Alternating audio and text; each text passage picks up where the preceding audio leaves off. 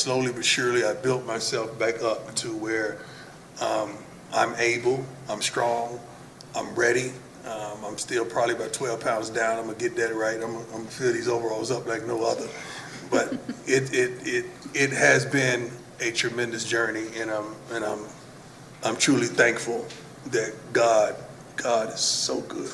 God is so good. You have no idea.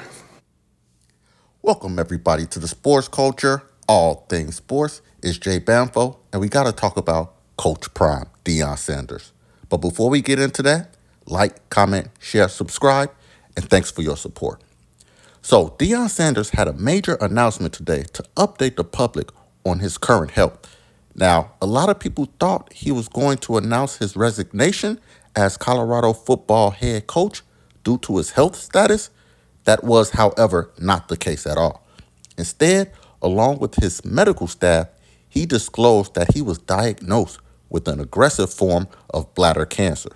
Thankfully, after surgery, his doctors considered it cured, so he plans on coaching this upcoming season. It was dynamic. It was tough. It wasn't a cakewalk. It wasn't easy. That was a fight, but we made it, Coach Prime stated at his press conference. I always knew I was going to coach again. It was never in my spirit, in my heart, that God wouldn't allow me to coach again, he said. Let me start by saying this first. I'm glad Coach Prime was able to beat bladder cancer and be able to continue to coach Colorado football.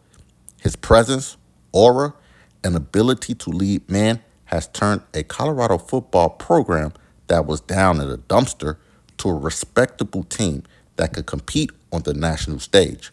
However, I believe this has to be his final year coaching, not only Colorado, but coaching period.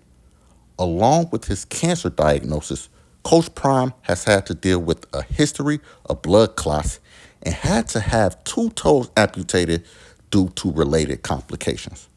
At his press conference, he announced that due to his bladder conditions, he would have to have a porta potty nearby just in case he can't control his bladder. Now, at this point, what more does Coach Prime have to prove? He was able to get his son, Shedeur Sanders, drafted into the NFL.